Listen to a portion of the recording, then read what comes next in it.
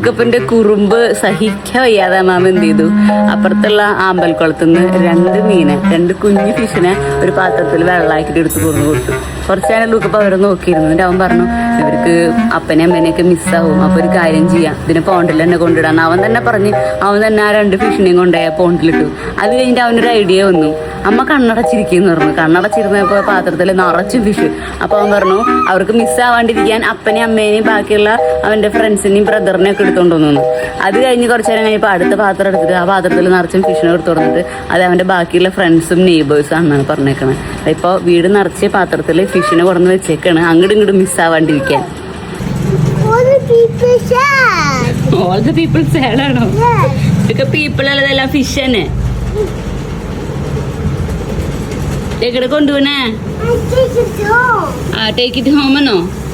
Okay.